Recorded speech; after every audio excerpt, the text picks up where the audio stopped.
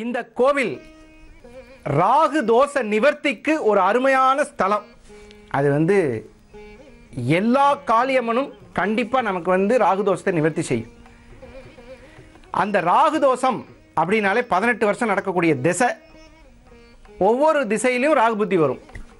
உண்மையாகவே சொல்கிறேங்க, ஒரு ஜாதகத்தில் ராகு புத்தி வரும் பொழுது, இப்போ சுருக்கமாக எடுத்துட்டிங்கன்னா சிம்மத்துக்கு ராகு வரப்போகிறார். சிம்மராசிக்காரர்களுக்கு ராகு தன்னுடைய சந்திரனை கடக்க போகிறார். இப்போ கன்னியில் இருக்கார். டிசம்பர் 22ஆம் தேதி மேலே வந்துடுவார்.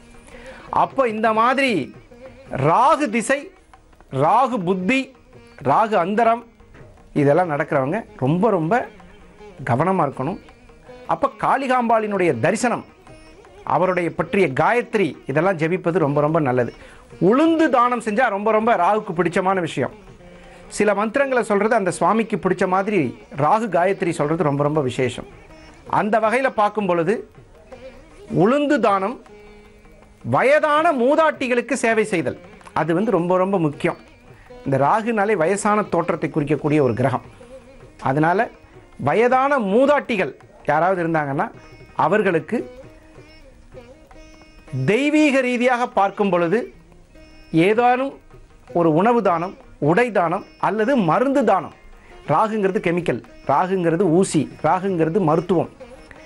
அப்போது இதெல்லாம் நீங்கள் செய்யும் பொழுது உங்களுடைய வாழ்வில் ஏற்படக்கூடிய ராகுவினால் ஏற்படக்கூடிய தொந்தரவுகள் என்று சொல்லக்கூடிய விஷக்கடி, இப்போ சில பேருக்கு பார்த்திங்கன்னா இந்த ஸ்கின் அலர்ஜி இருக்கும், அதெல்லாம் ராகுனால் வர்றது தான்.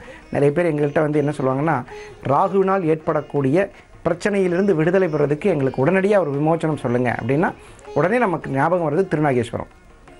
அந்த திருநாகேஸ்வரத்துக்கு போக முடியாதவர்கள், ராகு காலத்தில் சென்னையில் இருக்கும் நபர்கள் இந்த அருள்மிகு கோலவிழி காளியம்மனின் தரிசனத்தை பயன்படுத்தி உங்களுடைய ராகு கால பூஜையில் உங்களுடைய ராகு திசையை பலப்படுத்தி கொள்ளுமாறு ஒரு அருமையான ஒரு தேவதையை இன்று காண்கிறோம். ராகு திசை நடக்கிற கோயில் இது. ராகு காலத்தில் நம்ம காலாஸ்திரிலாம் போக வேண்டியதில்லை. ராகு காலத்தில் இது தரிசனம் பண்ணாங்கன்னா இது 5000 வருஷம் மேற்பட்டவங்க பத்திரகாளி. ராகு காலத்தில் இது தரிசனம் பண்ணுவாங்க. மேரேஜ் ஆனவங்க, மேரேஜ் ஆகாதவங்க எல்லாமே இதுக்கு தரிசனம் பண்ணுறதுக்கு அவங்க இன்னும் குறை இருந்தாலும் இது எல்லா திசையிலும் இந்த அம்பாள் வடக்கு நோக்கி இருக்குது. மயானத்தை பார்த்துருக்கு. எல்லா ஆரோக்கியத்துக்கும் மயானத்தை பார்த்துருக்கனால அவங்களுக்கு எல்லா சகல தோஷங்கள் இது மாதிரி நிவர்த்தி ஆகிற கோயில் இது. இந்த அம்பாள் கோலவிழி பத்திரகாளி ஆசீர்வாதத்தில் இந்த ராகு காலத்தில் நம்ம தரிசனம் பண்ணி என்ன காரியம் வந்தாலும் எல்லாமே உங்களுக்கு நிவர்த்தி நல்லபடியாக நடக்கும். இந்த கோவில் ஒரு முக்கியமான விசேஷம் என்னன்னு கேட்டிங்கன்னா, வராகியினுடைய வாகனம் ஆமை. அதாவது உடல்நிலை பாதிக்கப்பட்டவர்களை இந்த கோவிலில் போய், இப்போ சில பேர் நம்ம ஆஃபீஸ்க்கு வரும்போது சொல்லுவாங்க, உடம்பே ஒன்றும் சரியில்லைங்க, ரொம்ப வேதனையாக இருக்குது, இந்த உடம்பு படுத்துகிற பாடு ரொம்ப கஷ்டமாக இருக்குது.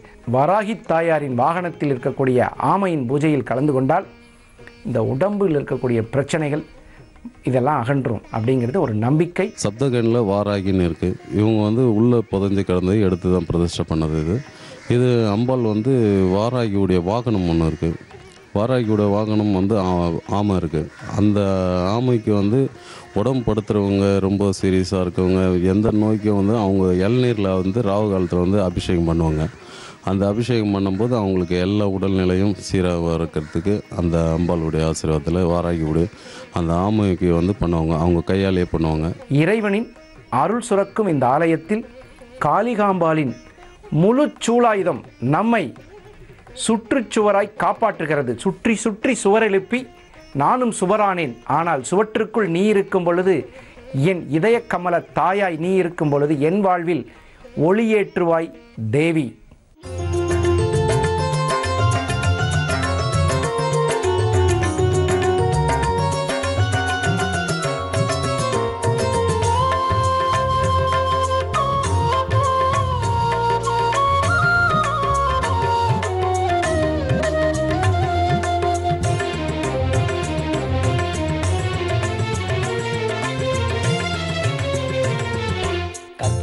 தாயின் உற்சவம் தொடங்க காளியின் அருள் வேண்டும்.